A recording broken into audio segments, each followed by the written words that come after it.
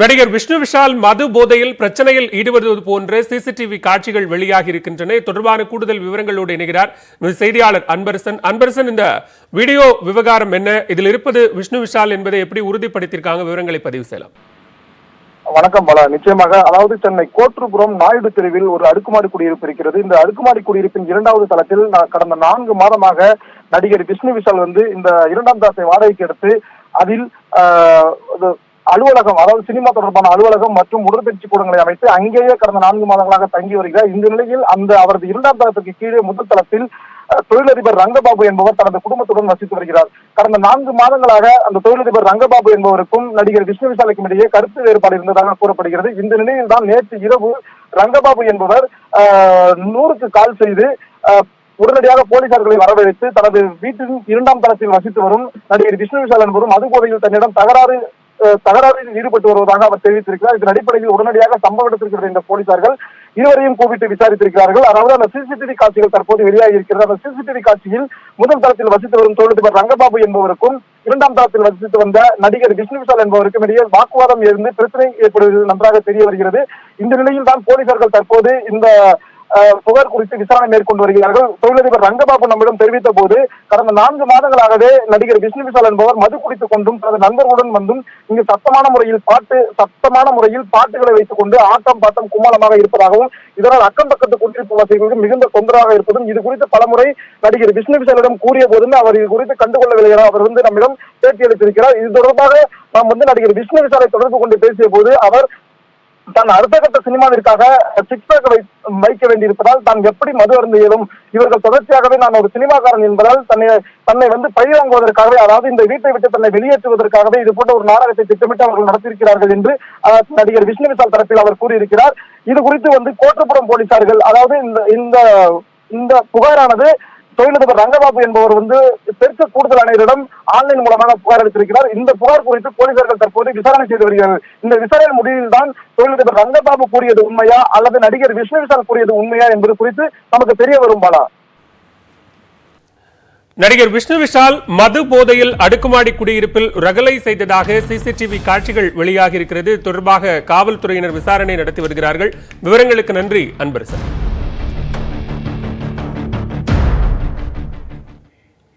திருப்பூர் மாவட்டம் அவிநாசி பேருந்து நிலையம் அருகே காங்கிரஸ் முன்னாள் தலைவர் ராகுல் காந்தி பிரச்சாரம் செய்து வருகிறார். நேரலை காட்சிகள். நான் உங்களுக்கு உதவி செய்ய வந்திருக்கிறேன். தமிழகத்தை மீண்டும் ஒரு முறை உருவாக்குவதற்காக And I want the whole world to look towards Tamil Nadu and say that is an example of excellence. உலகம் முழுவதும் தமிழகத்தை திரும்பி பார்க்க வைப்பதற்கான ஒரு வாய்ப்பை நான் உருவாக்குவேன். And I want to help bring a government in Tamil Nadu that truly respects poor people, farmers, laborers and small and medium business owners. இங்கே தமிழகத்திலே ஒரு புதிய ஆட்சியை உருவாக்க நாங்கள் நினைக்கிறோம். அந்த ஆட்சி என்பது சிறுதொழில் செய்பவர்கள், விவசாயிகள், மாணவர்கள் இவர்களுக்கு உதவுவதோடு வேலையின்மையை தவிர்ப்பதற்கும் வளர்ச்சியை உருவாக்குவதுமாக அந்த அரசாங்கம் இருக்கும். Where youngsters for Tamil Nadu, where youngsters can dream of the future. தமிழகத்திலே இருக்கிற இளைஞர்கள் தங்களுடைய எதிர்கால கனவை நிறைவேற்றுவதாக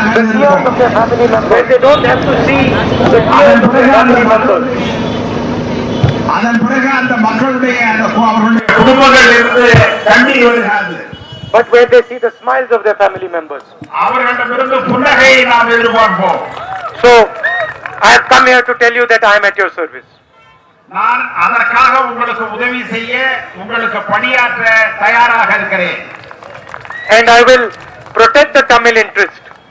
நான் தமிழர்களுடைய உரிமையை பாதுகாப்பேன், அவர்களுடைய அன்பை நான் பாதுகாப்பேன், அவர்களுடைய எதிர்பார்ப்பை நான் பாதுகாப்பேன்.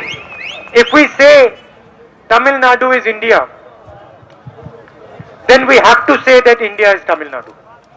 தமிழ்நாடு என்பது இந்தியா என்பது மட்டுமல்ல, இந்தியா என்பதே தமிழ்நாடு என்கின்ற வகையில். It cannot be that we say Tamil Nadu is India, but India is not Tamil Nadu. It cannot be like Modi ji says that we say Tamil Nadu is part of India, but India is not Tamil Nadu. Tamil Nadu என்பது இந்தியாவினுடைய ஒரு பகுதி என்று மோடி கருதுவது மாதிரி இருக்காது. தமிழ்நாடே இந்தியாவாக இருக்கும் என்பதை நான் தெரிவிக்கிறேன். What does it mean? What does it mean? It means that any relationship that India, Tamil Nadu and other states have has to be a relationship of respect, love and affection. தமிழ்நாடாக இருந்தாலும் சரி, பிற மாநிலங்களாக இருந்தாலும் சரி, நாம் எதிர்பார்ப்பது என்பது அன்பும் மரியாதையும் தான். Mr. Narendra Modi disrespects the Tamil people. Narendra Modi Tamil மக்களுடைய உணர்வுகளை புறக்கணிக்கிறார். அவர்களுக்கான சுயமரியாதையை அவர் விரும்பவில்லை. And we will never allow disrespect of the Tamil people. நாம் ஒருபொழுதும் தமிழ் மக்களுக்கான அந்த மரியாதை குறைவை ஏற்றுக்கொள்ள மாட்டோம், அனுமதிக்க மாட்டோம். Thank you. நன்றி Nandri, Nandri, Nandri.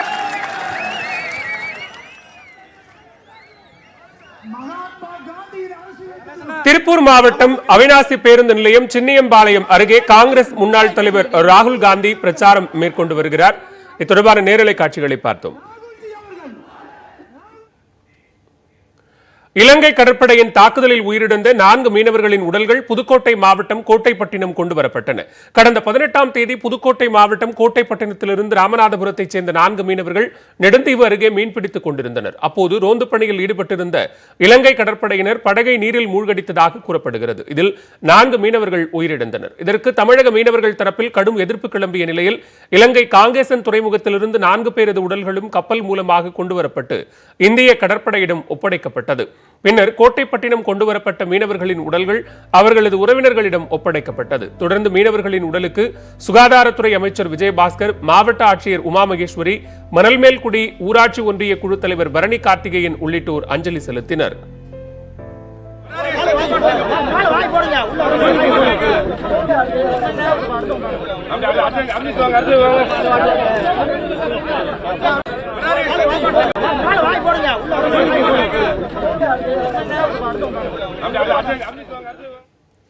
மத்திய அரசிடம் உரிய அழுத்தம் கொடுத்து தமிழக மீனவர்கள் உயிரிழந்ததற்கு காரணமானவர்களை தண்டிக்கும் வரை ஓய மாட்டோம் என அமைச்சர் ஜெயக்குமார் தெரிவித்துள்ளார்.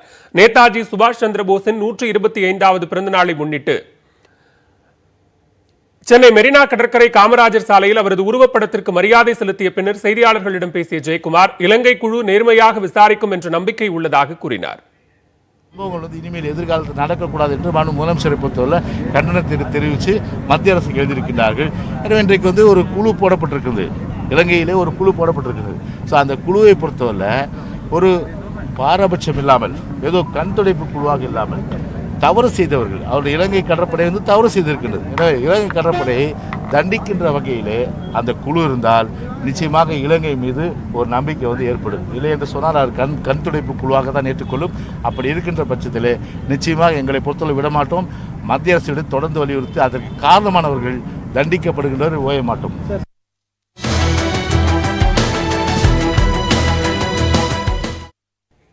சசிகலாவின் உடல்நிலையில் நல்ல முன்னேற்றம் ஏற்பட்டுள்ளதாக விக்டோரியா மருத்துவமனை மருத்துவ கண்காணிப்பாளர் ரமேஷ் கிருஷ்ணா தெரிவித்துள்ளார். இந்நிலையில் இளவரசிக்கும் கொரோனா தொற்று உறுதி செய்யப்பட்டுள்ளது. பெங்களூருவில் செய்தியாளர்களை சந்தித்த அவர் சசிகலாவிற்கு நோய் தொற்று குறைய தொடங்கியுள்ளதால் ஆக்சிஜன் அளவு குறைக்கப்பட்டுள்ளதாக கூறினார். அரசு மருத்துவமனையிலேயே அனைத்து வசதிகளும் சிறப்பான முறையில் இருப்பதால் சசிகலாவை தனியார் மருத்துவமனைக்கு மாற்ற மறுப்பு தெரிவித்ததாகவும் அவர் விளக்கம் அளித்தார். மேலும் இந்த மருத்துவமனையிலேயே சிகிச்சையை தொடரவே சசிகலாவும் விரும்புவதாகவும் மருத்துவர் ரமேஷ் கிருஷ்ணா தெரிவித்தார். வழக்கமான உணவுகளை அவர் எடுத்துக் கொள்வதாகவும் அவர் கூறினார். 7 முதல் 10 நாட்கள் சசிகலா தொடர்ந்து மருத்துவ கண்காணிப்பில் இருப்பது கட்டாயம் என்றும் அவர் கூறினார். டிஸ்சார்ஜ் ஆனாலும் 14 நாட்கள் சசிகலா தன்னை தனிமைப்படுத்திக் கொள்ள வேண்டும் என்றும் அவர் தெரிவித்தார். இதனால் 27ஆம் தேதி சசிகலா விடுதலையானாலும் அவர் உடனடியாக தமிழகம் திரும்புவதற்கான வாய்ப்புகள் இல்லை. Yeah, she is all right. She is actually improved. Her symptoms have come down. Her symptoms have come down, and in fact, she was on oxygen 10 liters with an oxygen saturation of 95% yesterday. Today, with only 5 liters of oxygen, she is maintaining around 98%. So that means she is responding to treatment. So she has to be here for 1 week or 10 days. Gradually, after that, we will decide. And again, quarantine for 2 weeks. சசிகலாவுடன் சிறையில் ஒன்றாக இருந்த அவரது உறவினர் இளவரசிக்கு எடுக்கப்பட்ட RT-PCR சோதனையில் corona தொற்று உறுதி செய்யப்பட்டுள்ளதாக தகவல் வெளியாகியுள்ளது. இதனால் சிறையில் உள்ள அவரை பெங்களூரு விக்டோரியா மருத்துவமனைக்கு அழைத்துச் சென்று CT ஸ்கேன் உள்ளிட்ட பரிசோதனைகளை மருத்துவமனை நிர்வாகம் எடுக்க திட்டமிட்டுள்ளதாக கூறப்படுகிறது.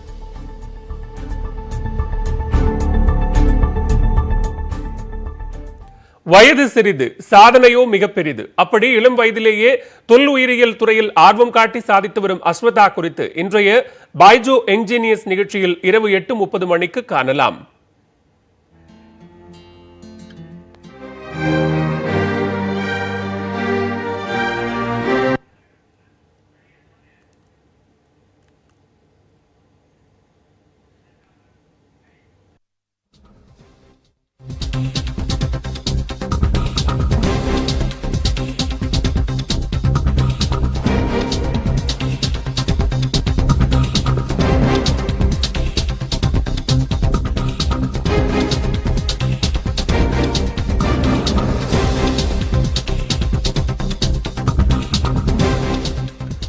தற்போதைய அண்மை செய்தியை பார்த்துக் கொண்டிருக்கிறோம். பெங்களூரு பரப்பன அக்ரஹார சிறையில் இருந்த சசிகலாவுக்கு கொரோனா தொற்று உறுதி செய்யப்பட்டு அவர் விக்டோரியா மருத்துவமனையில் சிகிச்சை பெற்று வரக்கூடிய நிலையில் அவருடன் உடனிருந்த இளவரசிக்கும் கொரோனா பரிசோதனை செய்யப்பட்டது. இந்நிலையில் RT-PCR பரிசோதனையில் அவருக்கு தொற்று உறுதி செய்யப்பட்டதை அடுத்து அவரை பெங்களூரு விக்டோரியா மருத்துவமனைக்கு அழைத்து வரப்பட்டிருக்கிறார்.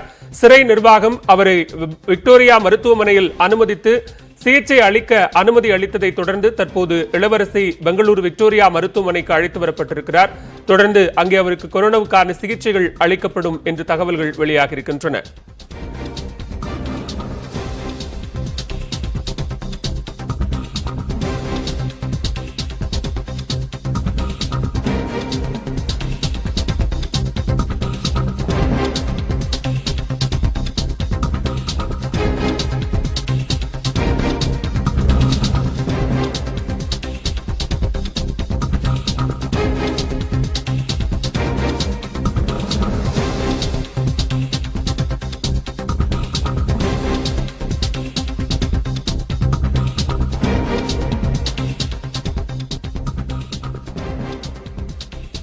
கூடுதல் விவரங்களோடு இணைகிறார் பெங்களூரு விக்டோரியா மருத்துவமனை வளாகத்திலிருந்து எமது செய்தியாளர் நந்தா. விவரங்களை பதிவு செய்யலாம். சசிகலாவிற்கு 4 தினங்களுக்கு முன்பு கொரோனா தொற்று உறுதி செய்யப்பட்டு தற்போது அவர் விக்டோரியா மருத்துவமனையில் சிகிச்சைக்காக அனுமதிக்கப்பட்டு தொடர் சிகிச்சை அளிக்கப்பட்டு வருகிறது. இந்நிலையில் அவருடன் தொடர்பில் இருந்ததாக இளவரசிக்கும் கூட நேற்றைய தினம் பரப்பன அக்ரஹாரா சிறைச்சாலையில் ஆன்டிஜென் பரிசோதனை என்பது மேற்கொள்ளப்பட்டது. அந்த பரிசோதனை அடிப்படையில் அவருக்கு கொரோனா தொற்று இல்லை என முடிவு தெரிவித்திருந்தது. இந்நிலையில் அதே போலதான் சசிகலாவிற்கும் முடிவில் கொரோனா இல்லை என்று வந்தது. ஆனால் CT ஸ்கேன் அடுத்தபடியாக 2வது முறை மேற்கொள்ளப்பட்ட சோதனையில் அவருக்கு தொற்று உறுதி செய்யப்பட்ட காரணத்தினால் அதே போல இவருக்கும் இளவரசிக்கும் CT ஸ்கேன் எடுக்க வேண்டும். அதற்காக விக்டோரியா அரசு மருத்துவமனைக்கு அழைத்து செல்ல அனுமதி கோரி இளவரசி தரப்பு வழக்கறிஞர்கள் சிறை வளாகத்தில் மனு. அந்த மனு என்பது பரிசீலனை இருந்த நிலையில் இன்று காலை மீண்டும் இளவரசிக்கு கொரோனா பரிசோதனை என்பது மேற்கொள்ளப்பட்டிருக்கிறது. அதன் அடிப்படையில் அந்த முடிவுகளின் அடிப்படையில் அவருக்கு கொரோனா தொற்று உறுதி செய்யப்பட்டிருப்பதாக இளவரசி தரப்பு வழக்கறிஞர் அசோகன் நமக்கு தகவல் தெரிவித்திருக்கிறார். அதன் அடிப்படையில் தற்போது அவர் மேல் சிகிச்சைக்காக விக்டோரியா மருத்துவமனைக்கு அழைத்து வரப்பட்டிருக்கிறார். இங்கு அவருக்கு அடுத்தபடியாக CT ஸ்கேன் எடுக்கப்பட இருக்கிறது. இன்று மாலைக்குள் இந்த CT ஸ்கேனுடைய முடிவுகள் வரும். அந்த முடிவுகளின் அடிப்படையில் அதிகாரப்பூர்வமாக அவருக்கு தொற்று ஏற்பட்டிருக்கிறதா இல்லையா என்பது தொடர்பாக மருத்துவமனை நிர்வாகம் நமக்கு தெரிவிக்கும். பாரவேல், நன்றி நந்தா விரிவான விவரங்களுக்கு.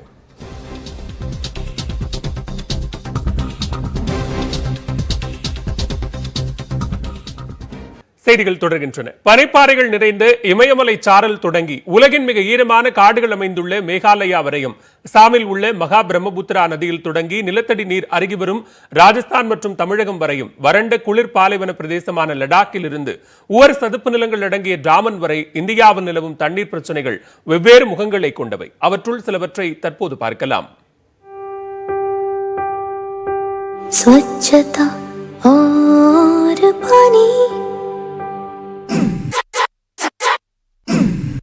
सोचो तो क्यों है आज सहमा सहमा पानी, ये चुपचाप पानी क्यों? चलो बदल दे ये कहानी, कहानी बचा ले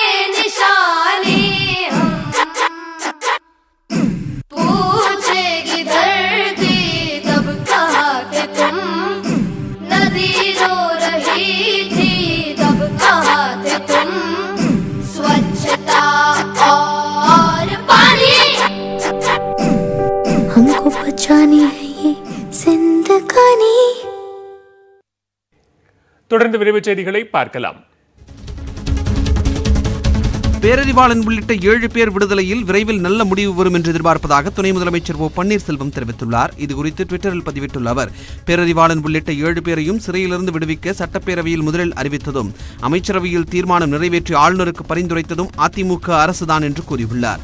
7 பேர் விடுதலை என்ற நிலைப்பாட்டில் அரசு உறுதியாக இருப்பதாகவும் அவர் தெரிவித்துள்ளார். வன்னியர் இடஒதுக்கீடு அரசியல் நிலைப்பாடு குறித்து முடிவெடுப்பதற்காக ஜனவரி 25ஆம் தேதி பாமக நிர்வாக குழுவின் அவசர கூட்டம் நடைபெறும் என்று அக்கட்சியின் தலைவர் ஜி.கே. மணி அறிவித்துள்ளார். இது தொடர்பாக அவர் வெளியிட்டுள்ள அறிக்கையில், தமிழ்நாட்டில் கல்வியிலும் வேலைவாய்ப்பிலும் வன்னியர்களுக்கு இடஒதுக்கீடு கோருவது குறித்து ஜனவரி 25ஆம் தேதி முடிவெடுக்கப்பட உள்ளதாக குறிப்பிட்டுள்ளார். திங்கட்கிழமை காலை 11 மணிக்கு இணையவழியில் நடைபெறும் அவசர கூட்டத்தில் கூட்டணி குறித்தும் விவாதித்து முடிவெடுக்கப்பட உள்ளதாக தெரிவித்துள்ளார். இந்த கூட்டம் பாமக நிறுவனர் ராமதாஸ் முன்னிலையில் நடைபெறுகிறது. நீலகிரி மாவட்டம் மசினக்குடி பகுதியில் காட்டு யானைக்கு தீ வைத்த சம்பவத்தில் 3 பேர் மீது குண்டர் சட்டத்தின் கீழ் நடவடிக்கை எடுக்க பரிந்துரை செய்யப்பட்டுள்ளது. மசினக்குடி பகுதிக்கு உணவு தேடி வந்த யானையின் மீது சாக்குப்பையில் பெட்ரோல் ஊற்றி தீ வைத்து அதனை யானையின் மீது 3 பேர் வீசியுள்ளனர். இதில் யானையின் காதில் தீப்பற்றி எரியும் காட்சி வெளியாகி அதிர்ச்சியை ஏற்படுத்தியிருந்தது. இது தொடர்பாக மாவண்ணலாவைச் சேர்ந்த ரேயான் டீன் மற்றும் பிரசாந்த் ஆகிய 2 கைது செய்யப்பட்டனர். தலைமறைவாக உள்ள ரிக்கி ரயனை பிடிக்க தீவிர நடவடிக்கை எடுக்கப்பட்டுள்ளது. இந்நிலையில் 3 பேர் மீதும் குண்டர் சட்டத்தில் வழக்கு பதிவு செய்ய மாவட்ட ஆட்சியருக்கு பரிந்துரை செய்யப்பட்டுள்ளதாக முதுமலை புலிகள் காப்பக கள இயக்குநர் கே. கௌசல் தெரிவித்தார். வீடியோ பதிவை ஆராய்ந்து இச்சம்பவத்தில் தொடர்புடைய மேலும் சிலர் கைது செய்யப்படுவார்கள் என்றும் கௌசல் கூறினார்.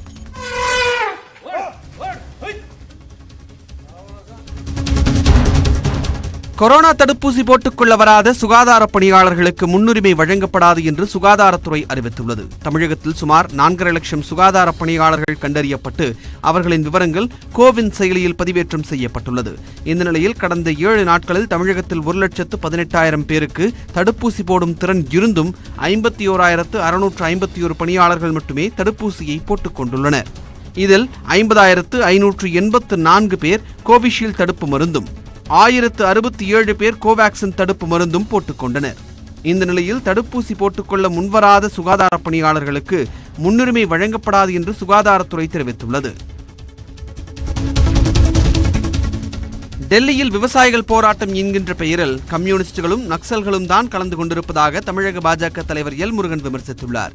நேதாஜி சுபாஷ் சந்திரபோஸின் 125வது பிறந்தநாள் விழா சென்னை கமலாலயத்தில் நடைபெற்றது. இதில் எல் முருகன், குஷ்பு உள்ளிட்டோர் கலந்து கொண்டு நேதாஜியின் உருவப்படத்திற்கு மலர் தூவி மரியாதை செய்தனர். பின்னர் மாற்றுக் கட்சியினர் சிலர் பாஜகவில் இணைந்தனர். இதைத் தொடர்ந்து செய்தியாளர்களிடம் பேசிய எல் முருகன், டெல்லி போராட்டத்தில் கலந்து கொண்டிருப்பவர்கள் விவசாயிகளே அல்ல என்று விமர்சித்தார். இலங்கையில் தமிழர்களை கொன்று குவித்த கட்சி காங்கிரஸ் என்றும் தமிழை பற்றி பேச ராகுல் காந்திக்கு அருகதையே இல்லை என்றும் எல் முருகன் சாடினார். மயிலாடுதுறையில் அடுக்குமாடி வீட்டிலிருந்து 65 லட்சம் ரூபாய் மதிப்பிலான நகைகள் கொள்ளையடிக்கப்பட்டுள்ளன. மயிலாடுதுறை அருகே மன்னமந்தல் மெயின் ரோட்டில் ஓய்வு பெற்ற ஆசிரியர் தம்பதியரான ராமதாஸ் மற்றும் மல்லிகா அடுக்குமாடி வீட்டில் வசித்து வந்தனர். கடந்த 21ஆம் தேதி அவர்களது மகன் வித்யாசாகரின் இல்ல நிகழ்ச்சிக்காக சென்னை சென்றுள்ளனர். இந்த நிலையில் வீட்டு வேலை செய்யும் மூதாட்டி ஆசை ரோஜா என்பவர் இன்று வந்து பார்த்தபோது வீட்டின் கதவு உடைக்கப்பட்டு நகைப்பெட்டிகள் வாசல் கதவு முன்பு கிடந்தது தெரியவந்தது. தகவல் அறிந்து வந்து விசாரணை மேற்கொண்ட மயிலாடுதுறை போலீசார் 8 லட்சம் ரூபாய் மதிப்பிலான வைர நெக்லஸ், 50 சவரன் தங்க நகைகள், 5 லட்சம் ரூபாய் மதிப்பிலான வெள்ளிப் பொருட்கள் மற்றும் 3 லட்சம் ரொக்கம் திருடு போயுள்ளதை கண்டுபிடித்தனர். நெல்லை மாவட்டம் பனக்குடி அருகே மாப்பிள்ளை வீட்டார்கள் என நம்பி உடன் சென்ற திருமண புரோக்கரை கத்தியால் குத்தி அவரிடமிருந்து 23 சவர நகைகளை பறித்த சம்பவம் அரங்கேறியுள்ளது. பனக்குடியைச் சேர்ந்த கந்தசாமி திருமணம் மற்றும் நிலத்தரகர் பணியை பார்த்து வருகிறார். கந்தசாமி தொழில் ரீதியாக வெளியே செல்லும் போது அதிகப்படியான நகைகளை அணிவது வழக்கம். இதனை நோட்டமிட்ட மர்ம கும்பல் தங்களை மாப்பிள்ளை வீட்டார்கள் என அறிமுகப்படுத்திக் கொண்டு திருமணத்திற்கு பெண் பார்க்க வருமாறு தரகரை காரில் அழைத்துச் சென்றனர்.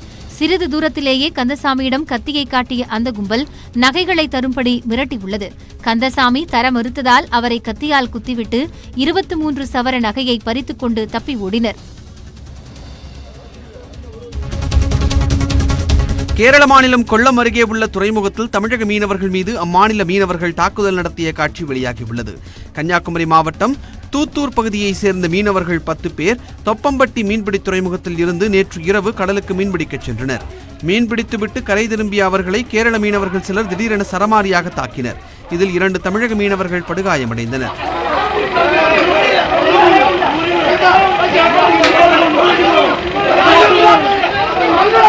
தகவல் அறிந்து வந்த போலீசார் இருவரையும் மீட்டு கொல்லம் அரசு மருத்துவமனையில் அனுமதித்தனர். இது தொடர்பாக போலீசார் விசாரணை மேற்கொண்டு வருகின்றனர். பறவை காய்ச்சல் அச்சத்தால் பல்லடத்தில் கறிக்கோழி விலை கடந்த 4 நாட்களில் கிலோவிற்கு 21 ரூபாய் குறைந்துள்ளது. 18ஆம் தேதி கறிக்கோழி விலை கிலோ 81 ரூபாயாக இருந்தது. கடந்த 4 நாட்களில் 21 ரூபாய் சரிந்து 60 ரூபாயாக நிர்ணயிக்கப்பட்டுள்ளது. இதேபோல் நாமக்கல்லில் முட்டை கொள்முதல் விலை மேலும் 20 காசுகள் சரிந்து 4 ரூபாய் 5 காசுகளாக உள்ளது. கடந்த 15 நாட்களில் முட்டை கொள்முதல் விலை 90 காசு குறைந்துள்ளது. முன்னணி கார் நிறுவனமான டாடா தனது ஆல்ட்ராஸ் காரின் புதிய iTurbo ரகங்களை அறிமுகம் செய்திருக்கிறது. XTi, XZi, XZ+i என 3 ரக கார்கள் டெல்லியில் அறிமுகம் செய்யப்பட்டுள்ளன. 7,74,000 ரூபாய் இந்த காரின் துவக்க விலையாக நிர்ணயிக்கப்பட்டுள்ளது. 0 முதல் 100 கிலோமீட்டர் வேகத்தை இந்த கார் வெறும் 11.9 வினாடிகளில் எட்டிவிடும். லிட்டருக்கு 18.3 கிலோமீட்டர் மைலேஜ் தரும் இந்த கார் ஹியூண்டை நிறுவனத்தின் i20 ஃபாக்ஸ்வேகன் காரின் போலோ ரகத்திற்கு போட்டியாக களமிறக்கப்பட்டுள்ளது. 1.2 litre petrol, 1.5 litre diesel engine என 2 வகைகளில் இந்த கார்கள் கிடைக்கின்றன. 5 கியர்கள் கொண்ட மேனுவல் கியர் வசதி இந்த காரில் உள்ளது. நேதாஜி சுபாஷ் சந்திர போஸின் 125வது ஆண்டு பிறந்த நாளையொட்டி கொல்கத்தாவில் முதலமைச்சர் மம்தா பானர்ஜி தலைமையில் ஆயிரக்கணக்கான பிரம்மாண்ட நடைபயணம் மேற்கொண்டனர். மேற்கு வங்கத்தில் அரசியல் களம் சூடுபிடித்துள்ள நிலையில் நேதாஜியின் பிறந்த நாளை பராக்கிரம் திவாஸ் என்ற பெயரில் மத்திய அரசு கொண்டாடி வருகிறது. இதனை தேசிய நாயகன் தினம் என்று கொண்டாட மம்தா பானர்ஜி வலியுறுத்தியுள்ளார். இந்நிலையில் ஷாம்பஜாரிலிருந்து ரெட் ரோட் வரையிலான 6 கிலோமீட்டர் தூரத்திற்கான நடைபயணத்தில் மம்தா பானர்ஜி பங்கேற்றார். நீர் மேலாண்மை குறித்து நியூஸ் 18 மற்றும் ஹார்பிக் இணைந்து ஜனவரி 26ஆம் தேதி நடத்த உள்ள மிஷன் பானி வாட்டர்தான் பிரச்சாரத்திற்கு நாடு முழுவதும் ஆதரவு பெருகி வருகிறது. இது பற்றி ஹரியானா முதலமைச்சர் மனோகர்லால் கட்டார் பகிரும் தகவல்களை தற்போது பார்க்கலாம்.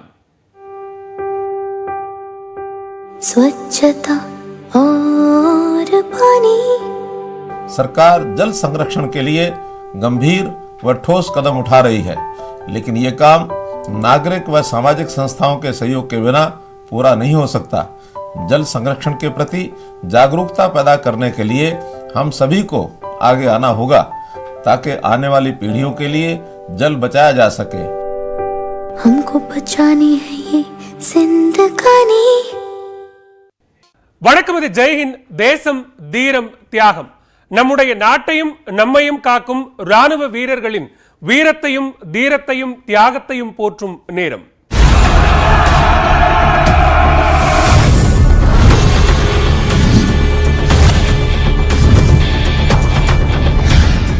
ராணுவ வீரர்கள் உயிரை துச்சமென நினைத்தே ராணுவ சேவையில் இணைகிறார்கள். அதிலும் குறிப்பாக விமானப்படை வீரர்கள் விமானத்தில் பறக்கும் ஒவ்வொரு நொடியும் நாட்டின் பாதுகாப்பை முன்னிட்டே அனைத்து அபாயங்களையும் எதிர்கொள்கின்றனர் என்கிறார் ஏவிஎஸ்எம் விருது பெற்ற ஏர் மார்ஷல் மாதேஸ்வரன்.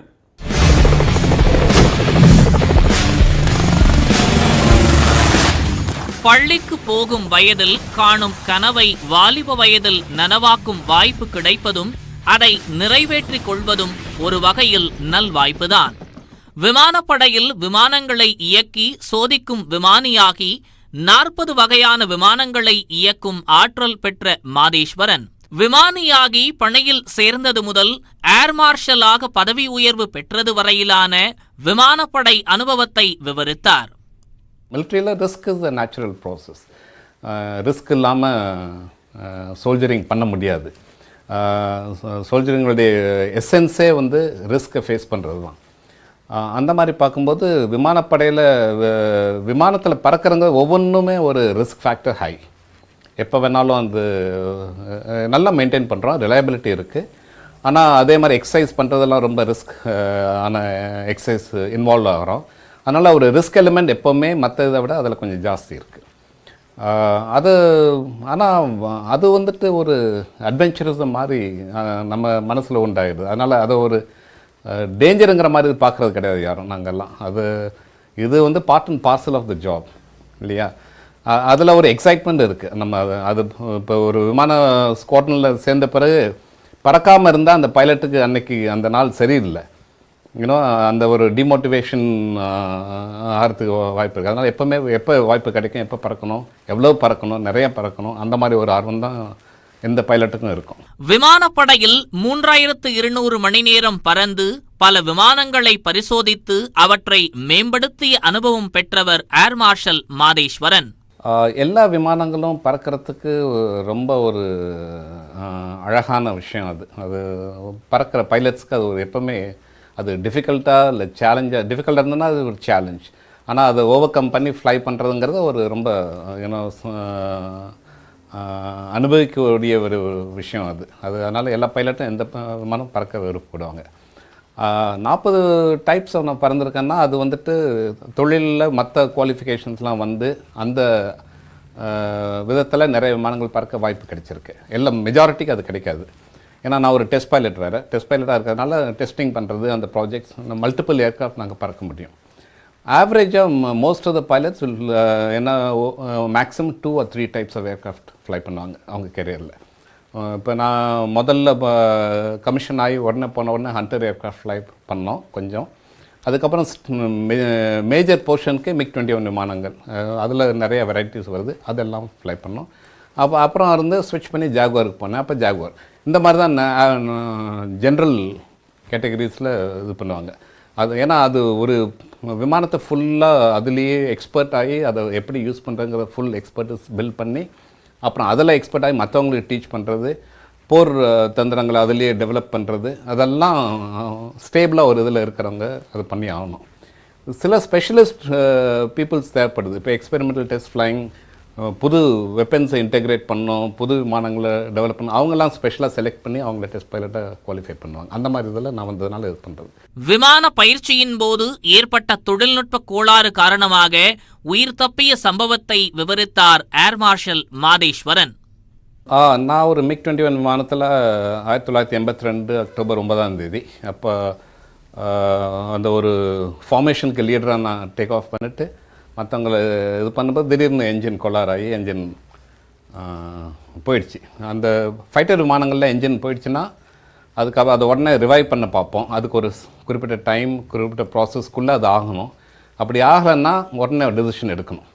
இனிமேல் அது ரெக்கவர் பண்ணுறது, ஏன்னா அது ஃபோர்ஸ் லேண்டிங்னு சொல்கிறதெல்லாம் கிளைட் பண்ணி வர்றதுங்கெல்லாம் ரொம்ப கஷ்டமான விஷயம்.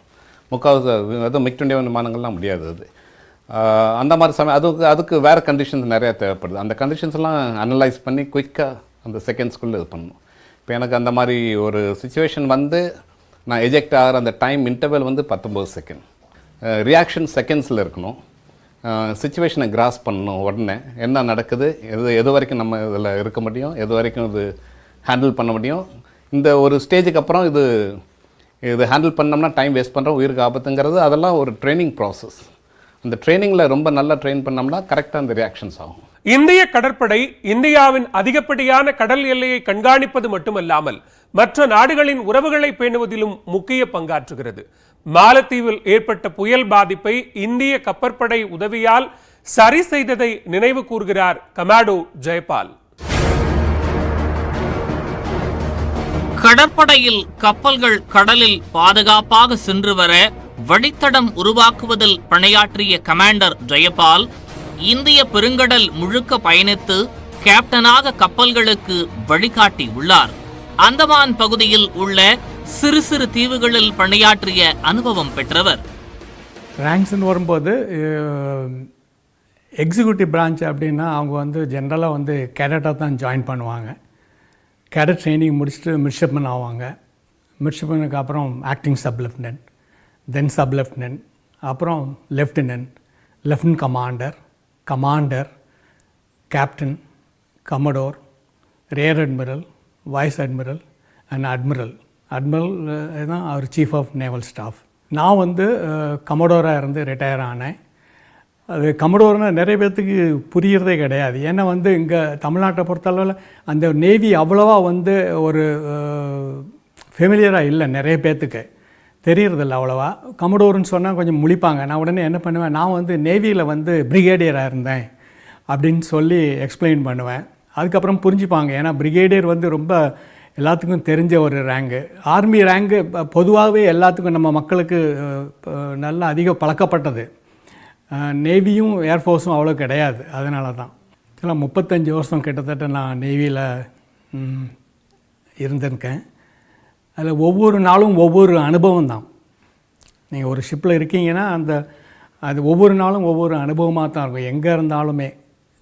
ஆனால் என்னோடய வாழ்க்கையில் ரொம்ப மறக்க முடியாத அனுபவம்னா நான் ஒரு ஹைட்ரோகிராஃபர். எக்ஸ் பிரான்ச்சில் ஸ்பெஷலைசேஷன் ஹைட்ரோகிராஃபியில் பண்ணியிருக்கேன். 5 கமாண்ட் பண்ணியிருக்கேன், 5 வெசல் கேப்டனாக இருந்திருக்கேன் 5 வெசலில். 2004 சுனாமி அப்போ அந்தமானுக்கு நாங்கள் ரெஸ்கியூ ஆப்ரேஷன் போயிருந்தோம். அதுக்கு முன்னாடியே நான் நிறைய தரம் அந்தமான் நிக்கோபார் ஐலண்ட் போயிருக்கேன். ஒவ்வொரு ஐலண்டும் எனக்கு தெரியும். ஏன்னா மேக்ஸிமம் நான் அங்கே அந்த இடத்துல சர்வே பண்ணி புது சார்ட் உண்டாக்கியிருக்கோம். அப்போது வரும்போது ஒரு தரம் நாங்கள் போனப்போ கச்சல் ஐலண்ட், அதில் வெஸ்டர்ன் சைடில் ஜான்சிங் பேன்னு ஒரு இடம் உண்டு. அங்கே அந்த நிக்கோபாரியன் செட்டில்மெண்ட் இருந்தது. கிட்டத்தட்ட ஒரு 300 பேர் இருந்திருப்பாங்க அவங்க. நாங்கள் அந்த ஏரியாவை சர்வே பண்ணணும் ஒரு மிலிட்ரி நேவி கான்ஃபிடென்ஷியல் ரிக்குவயர்மெண்ட்டுக்காக. அப்போ பண்ணும்போது அவங்க அந்த மக்கள் ரொம்ப ஃப்ரெண்ட்லியாக இருப்பாங்க. நம்ம எங்கள் டீம் வெளியே போகும் ஷோர் கண்ட்ரோல் அதுக்கெல்லாம் அவங்களுக்கு தேங்காய், இளநீ, அப்புறம் வாழைப்பழம், பனானாஸ் எல்லாம் கொடுத்து ரொம்ப இந்த ஹாஸ்பிட்டாலிட்டி அவ்வளோ அங்கே வேறு எங்கேயும் பார்க்க முடியாது. அவ்வளோ ஃப்ரெண்ட்லியாக இருப்பாங்க அந்த மக்கள்.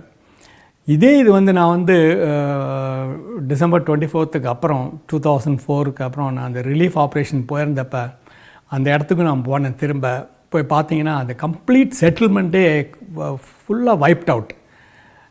அப்போ தான் தெரிஞ்சுது எனக்கு. இப்போ தான் பார்த்தோம், லாஸ்ட் மந்த் 1 மந்த்துக்கு முன்னாடி பார்த்தோம். ஆனால் இப்போ அதுக்குள்ளேயே பாருங்களேன், அதாவது இயற்கையோட சீற்றம் மக்களை எவ்வளோ அஃபெக்ட் பண்ண முடியும் அப்படிங்கிறது எனக்கு ரொம்ப வருத்தமாக இருந்தது அதை பார்த்துட்டு. அது இன்னும் என்னால் மறக்க முடியாத அனுபவம்.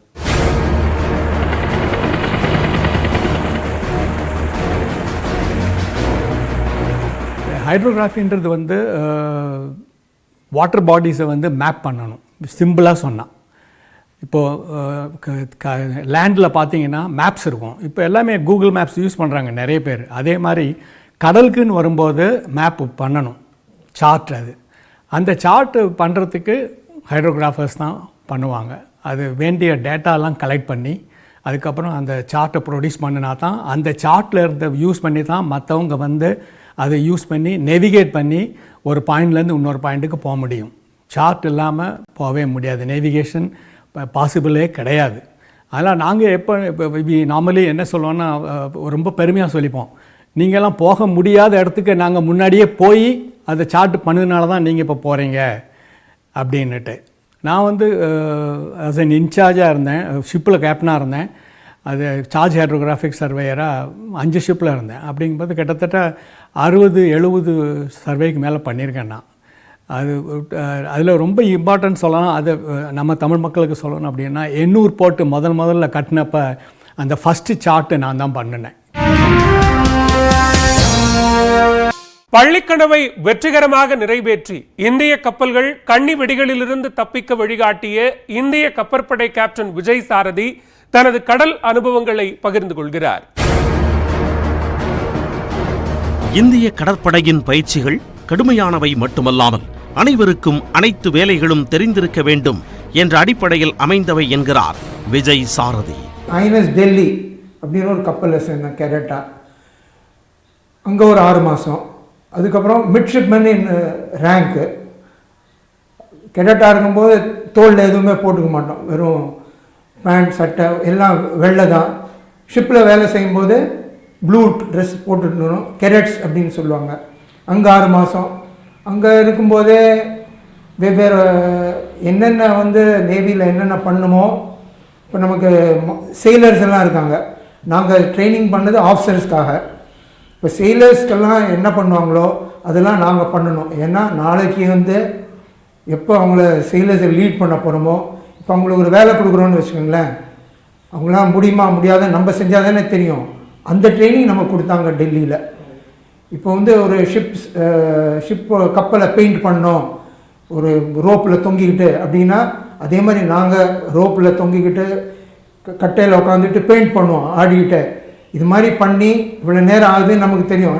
நாளைக்கு வேறு யாராவது நம்மளே மாதிரி ஒரு செயலரை தம்பி நீ போய் பண்ணுன்னா நமக்கு தெரியும் 2 மணி நேரம் இது மாதிரி பண்ணலாம், அதுக்கப்புறம் டயர்ட் ஆகிடும், அதனால் வேறு ஆள் போடணும். அது மாதிரி அவங்க என்னென்ன பேசிக்ஸ்னு சொல்லுவாங்க இல்லையா, அதெல்லாம் கேடட்ஸாக இருக்கும்போது கற்றுக்கிட்டோம். ஒன்று வந்து எக்ஸிக்யூட்டிவ் பிரான்ச் அப்படின்னு பேர், அதாவது கப்பல் கேப்டனாகிறது, இது மாதிரி கன் ஷூட் பண்ணுறது, மற்ற வெப்பன்ஸ் இது பண்ணுறதுலாம் அது மாதிரி எக்ஸிக்யூட்டிவ்னு சொல்லுவாங்க. இன்னொன்று வந்து என்ஜினியரிங், மரீன் என்ஜினியர், என்ஜின்லாம் எப்படி இது பண்ணுறது, ஜெனரேட்டர் அது ஓட்டுறது என்ஜின் போர்ஷன் தான். அதே மாதிரி எலக்ட்ரிக்கல் இன்ஜினியரிங்னு நிறையா வெவ்வேறு எலக்ட்ரிக்கல் எக்யூப்மெண்ட்லாம் இருக்கும், ரெடார் சோனார்லாம், அதெல்லாம் எப்படி மெயின்டைன் பண்ணுறதுன்னு. இது 3 தான் பிரான்ச்சு. கடலில் கப்பல்களுக்கு பெரும் சேதம் விளைவிப்பவை நீர்மூழ்கி கப்பல்களும் கன்னி வெடிகளும். ரஷ்யா சென்று கன்னி வெடிகளை கண்டுபிடிக்க பயிற்சி எடுத்துள்ளார் விஜய் சாரதி. அதுக்கப்புறம் என்ன வந்து ரஷ்யா போய் மைன் ஸ்வீப்பிங் அப்படின்னு ஒரு நேவியில் ஒரு இது இருக்குது. தமிழில் சொல்லணுன்னா கன்னி வெடிகள் அப்படின்னு சொல்லுவாங்க. தரையில் என்னென்னா அதை அப்படியே பதிச்சிருவாங்க, யாராவது மேலே அமுத்துனாங்கனாலோ பக்கத்தில் போனாலோ அது வெடிக்கும். அது இண்டிவிஜுவல் ஆளுங்க. அதே டேங்க் எல்லாம் போச்சுன்னா டேங்க் மேலே வெடிக்கும். கடலில் என்ன பண்ணுவாங்கன்னா அதையே பெரிய பெரிய அது பேர் மைன் அப்படின்னு சொல்லுவாங்க. அது வெவ்வேறு மாதிரி முதக்க விட்டுருவாங்க. சில இது தரையிலே கிடக்கும். அது ஒவ்வொன்றுக்கும் ஒவ்வொரு மாதிரி ட்ரிகரிங், மேக்னெட்டிக் ட்ரிகரிங் அப்படின்னு. ஏன்னா எல்லா கப்பலும் இரும்பில் பண்ணதான், முக்காவாசி கப்பல் எல்லாம் மேக்னெட்டிக் சிக்னேச்சர். இரும்புனாலே மேக்னெட்டிசம் இருக்க தான் செய்யும்.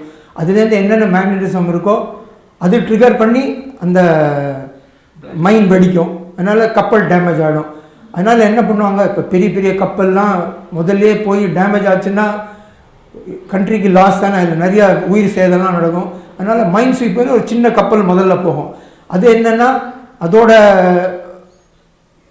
அதுக்கு வந்து வெவ்வேறு எக்யூப்மெண்ட் இருக்கும். போய் வந்து அது சின்னதாக இருக்கும் முதல்ல மாதிரி, அவ்வளோ அலையெல்லாம் பண்ணாமல் அதில் இருக்கிற எக்யூப்மெண்ட் வந்து என்னென்ன மாதிரி மைண்ட் இருக்குது அப்படின்னு இது பண்ணிவிட்டு அதை நியூட்ரலைஸ் பண்ணுவாங்க. இங்கே இருக்குது இங்கே இருக்குது இங்கே இருக்குன்னு மார்க் பண்ணிவிட்டு அந்த இடத்த மார்க் பண்ணிட்டான்னு வச்சுக்கோங்க. இப்போ பெரிய கப்பல்லாம் அது மேலே போகாமல் வேறு சைடில் போகும். ஸோ அது மாதிரி கப்பல்லாம் நம்ம நேவியில் இருந்துச்சு. அதுவும் இந்த ஆன்டி சப்மரீன் வார்ஃபேர் கீழே தான் வந்துச்சு. அது மாதிரி ஒரு கப்பல் போய் எடுத்துகிட்டு வரதுக்காக என்ன ரஷ்யாவுக்கு அனுப்பிச்சாங்க கேப்டனாக. 1971 இது வரைக்கும் சண்டைன்னு நம்ம ஒன்றும் வரல, ஆக்சுவலாக சண்டை வரல. கார்கில் வார் வந்துச்சு, அது வந்து தரையில் நடந்துச்சு. 71 வார் தான் நேவி போய் இது பண்ணாப்புல. அது விட்டுப்புறம் 1987 ஸ்ரீலங்கன் அந்த எல்டிடி இதெல்லாம் இருந்துச்சு. அப்போது நேவி சப்போர்ட் தான் பண்ணுச்சு ஒழிய இது மாதிரி. ஆனால் தரையில் என்னென்ன மைன்லாம் இருந்துச்சோ அதெல்லாம் தான் கண்டுபிடிச்சிட்டு இருந்தாங்க. கடலில் இது பண்ணுறது அது மாதிரி சிமுலேட் தான் பண்ண முடியும். ஆக்சுவலாக இருக்கா இல்லையான்னு இருக்காது. ஏன்னா பீஸ் டயத்தில் யாரும் ஒன்றும் போட மாட்டாங்க. என்னென்னா அவங்களுக்கே தெரியணும்ல, நம்ம ஊரில் நம்மளே வெடி வைக்க மாட்டோம். எங்கே அந்த பகைவர்கள் வராங்களோ அந்த இடத்துல தான் வருவாங்க. அதனால் வெவ்வேறு மாதிரி சிமுலேட்டர் மாதிரிலாம் வச்சுட்டு கடல் கடியில் போட்டு அதெல்லாம் ஆக்டிவேட் ஆகுதா, நம்ம இருக்கிற எக்யூப்மெண்ட்டில் எவ்வளோ எஃபெக்டிவாக இருக்குது அப்படின்னு தான் நம்ம மைன் ஸ்வீப்பிங் எக்யூப்மெண்ட்லாம். இது வரைக்கும் நம்ம பங்களாதேஷ் வார் நடந்துச்சு இல்லைங்களா, அப்போ இது மாதிரி நிறையா மைன் ஸ்வீப்பர்லாம் இந்த பாகிஸ்தானி மைன்லாம் கண்டுபிடிச்சி அந்த ஈஸ்ட் பாகிஸ்தான் இதெல்லாம் பண்ணியிருக்காங்க. அதுக்கப்புறம் நம்ம யாரும் இது மாதிரி மைன் வார்ஃபேரே இப்போ இருக்கு, ஆனால் யாரும் வெளிப்படையாக இது பண்ணுறதில்லை. இந்திய ராணுவத்தில் காலாட்படை வீரர்களுக்கே அனைத்து போரிலும் பங்கு பெறும் வாய்ப்பு கிடைப்பதாக சொல்கிறார் மேஜர் ஜெனரல் கார்த்திகேயன்.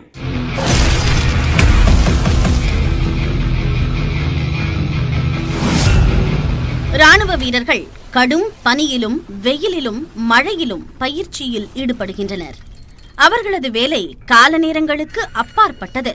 பெயர் தெரியாத, வெளி உலகம் அறியாத எண்ணற்ற ராணுவ வீரர்களின் தியாகத்தால் கட்டமைக்கப்பட்டதுதான் நமது இந்திய ராணுவம் என்கிறார் மேஜர் ஜெனரல் கார்த்திகேயன். இந்த நாள் ரொம்ப இனிய நாள்.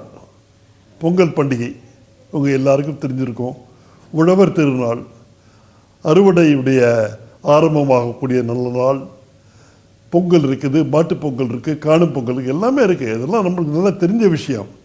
ஆனால் ஒருவேளை உங்களுக்கு தெரியாத ஒரு விஷயம் என்னன்னா, இதே காலத்தில் ஜனவரி 15ஆம் தேதியை வந்து நம்ம இராணுவ தினமாகவும் கொண்டாடுகிறோம்.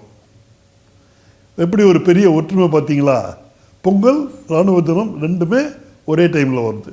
இதை வச்சு தான் நம்முடைய 1965 பாகிஸ்தான் இந்தியா வார் நடந்தப்போ அப்போதைய பாரத பிரதமர் தெய்வ திரு லால் பகதூர் சாஸ்திரி அவர்கள் ஒரு நல்ல ஸ்லோகன் சொன்னார், ஜெய் ஜவான் ஜெய் கிசான். கரெக்டாக புரிஞ்சுக்கிட்டு சொன்னார் அவர், ஜெய் ஜவான் ஜெய் கிசான் அப்படின்ட்டு. உழவர்களுக்கும் வீரர்களுக்கும் ஒரு பொதுவான ஒரு விஷயம் என்னன்னா, நல்லா யோசித்து பார்த்தீங்கன்னா, ரெண்டுக்கும் பொது பூமி. வானம் பொழிந்தால்தான் பூமி செழிக்கும்னு சொல்லுவாங்க. அந்த பூமி செழித்தால்தான் மனிதன் உயிர் வாழ முடியும். அதே போல் வீரர்கள் இந்த பூமியை, இந்த மண்ணை, வீர மண்ணை தியாக பூமியை நினைச்சு தங்கள் உயிரை பணம் வைத்து இதை காத்து உங்களுக்கு காபந்து பண்ணி கொடுக்குறாங்க. நீங்கள் விவசாயம் பண்ணுங்க, பயப்படாம, நாங்கள் இங்கே இருக்கிறோம். பார்த்தீங்களா, சியாச்சன் கிளேசியர் உலகத்தின் மிக உயர்ந்த போர்முனை. நான் இருந்த இடம் 18,000 அடிக்கு மேலே, ஆக்சிஜன் கிடையாது, வெறும் காற்றுல தான் சுவாசம். 10 அடி நடந்தால் மூச்சு வாங்கும், அந்த மாதிரி இடத்துல இருந்தோம் நாங்கள். அப்போது தூரத்தில் ஆர்மி பிக்கெட்ஸ் இருக்கும். ஒரு பிக்கெட்லேருந்து இன்னொரு பிக்கெட் நடந்து போக வேண்டியிருக்கும். அப்போது அப்படி நடந்து போகும்போது ஒரு 7 பேர் கொண்ட ஒரு பெட்ரோல் அப்படிம்போங்க, அவங்க போயிட்டுருக்குறாங்க. அப்போது பனி பெஞ்சு வெள்ளேன்னு இருக்குது, ஒயிட் அவுட். ஆனால் சில இடத்துல மொத்தமாக இருக்குது, சில இடத்துல ரொம்ப தின்னாக இருக்குது, மெல்லிஸாக இருக்குது. அப்போ நாங்கள் என்ன பண்ணுவோம், எல்லோரும் கயிறு கட்டிக்குவோம். ஒருத்தருக்கு ஒருத்தர் கவுண்டர்னா அப்படி பனி மூட்டம், முன்னால் போகிற ஆளே கண்ணுக்கு தெரியாது. அப்படி இருக்கும்போது கயிறு கட்டிப்போம். அப்படி கயிறு கட்டிட்டு போகும்போது நடுவில் இருந்த ஒரு ஜவான், அப்போ தான் அவர் ட்ரைனிங் முடிச்சுட்டு 17-18 வயசு இருக்கும். அவர் அப்போ தான் வந்து சேர்ந்துருக்காரு. அவர் நாங்கள் ட்ரெயின் பண்ணுறோம், இந்த மாதிரிலாம் பண்ணும்பான்னு. அவர் நடுவில் இருந்தார். அந்த ரோப்பை வந்து கிராம்பான்னு சொல்லிட்டு இங்கே மாட்டியிருப்பாங்க. அதை அவர் போட்டது நாங்கள் செக் பண்ணிட்டோம். இருந்தாலும் ஏதோ அவர் எடுக்கும்போது கொஞ்சம் லூஸ் ஆகிட்டு இருந்தது. அவருடைய அன்றைய துரதிருஷ்டவசமாக அவர் கால் வச்ச இடத்துல அந்த பனிப்பாறை 2 உடஞ்சி போய் கிட்டத்தட்ட 100 அடி கிரிவிஸ் இந்த கிராம்பான் கேண்டிக்கிட்டது. அவர் உள்ளே போய் விழுந்துட்டார். 100 அடி. அந்த 100 அடி விழுந்த ஷாக்கிலேயே, அந்த குடூர்லேயே, சுற்றி இருந்த பனியிலேயே அவர் மேட்டர் ஆஃப் 2 நிமிஷமோ 3 நிமிஷமோ உயிர் பிரிஞ்சிருக்கும். அப்போ மேலே இருந்த கமாண்டர் என்ன பண்ணார்னா, ரொம்ப ஆர்டினரி மேன், உங்களை மாதிரி எங்களை மாதிரி சாதாரணமான மனுஷன். அவர் என்ன சொன்னார்னா, ரேடியோவில் கூப்பிடுங்கன்னாரு. ரேடியோவில் கூப்பிட்டு பார்த்தாக்கா அங்கே இங்கே மாதிரி தான், சிக்னல் கிடைக்க மாட்டேங்குது, டவர் கிடைக்க மாட்டேங்குது, we are not able to speak. அப்புறமா நீங்கள் ஒரு 3 பேரை போட்டு நீங்கள் வந்து ட்ரை பண்ணிக்கிட்டே இருங்க, ரெஸ்கியூ பார்ட்டி கூப்பிடுங்க, லேடர், ரோப் எல்லாம் எடுத்துகிட்டு முடிஞ்சால் ஹெலிகாப்டர் எல்லாமே சொல்லிவிட்டு வரணும். அப்போ அவங்க கேட்குறாங்க, சார் அவங்க வர்றதுக்கு ரொம்ப நேரம் ஆகுமே, அதுக்குள்ளே அவர் உயிர் போயிடுமே, என்ன பிரயோஜனம்? இது ஐ ஆம் த கமாண்டர், நான் தான் லீடர், உங்களுக்கு முன் உதாரணமாக நான் இருப்பேன், என்ன சார் பண்ண போகிறீங்கன்னாரு. நானும் உள்ள குதிக்க போகிறேன். நானும் உள்ள குதித்து நானும் அவரும் ஒருத்தருக்கு ஒருத்தர் துணையாக இருந்து, எனக்கு 17 வருஷம் சர்வீஸு, அவருக்கு 1 வருஷம் கூட ஆகலை. நான் அவரை பிழைக்க வைப்பேன், நீங்கள் என்ன 2 பேரையும் நீங்கள் பிழைக்க வைக்கீங்க அப்படின்னு சொல்லிவிட்டு ஜம்ப் இன்சைட். அந்த ஜவானுக்கு பயப்படாத, உன்னோட கமாண்டர் நான் வந்துட்டேன், யாம் இருக்க பயமே, நான் பண்ணுறேன். அவருக்கு தைரியம் சொல்லி பேசிக்கிட்டே இருந்து காலை தேய்ச்சி கையை ரொம்ப தேய்ச்சி ஒரு கிட்டத்தட்ட 1.5-2 ஹவர்ஸுக்கு அப்புறம் ரெஸ்கியூ பார்ட்டி வந்து அவங்களெல்லாம் வெளியில் எடுத்தாங்க. 2 பேரும் உயிரோடு இருக்காங்க, 2 பேரும் இப்பவும் இருக்காங்க. ஆனால் அவங்க பேர் யாருக்கும் தெரியாது, ஊர் யாருக்கும் தெரியாது, ஒரு விதமான பெரேட்லேயும் ஒரு விதமான டெக்கரேஷனும் கிடையாது. அதுதான் it is known as unknown soldier. Award வாங்குகிற ஒவ்வொருத்தருக்கும் பின்னால் கண் காணாமல், பேசப்படாமல், பார்க்கப்படாமல் ஹீரோயிசம் பண்ணவங்க 100 கணக்கில் இருக்காங்க, அன்னோன் சோல்ஜர்ஸ். அவங்களுடைய வீர தீரத்தினால்தான் இப்போ இந்தியன் ஆர்மி இந்த மாதிரி இருந்துட்டு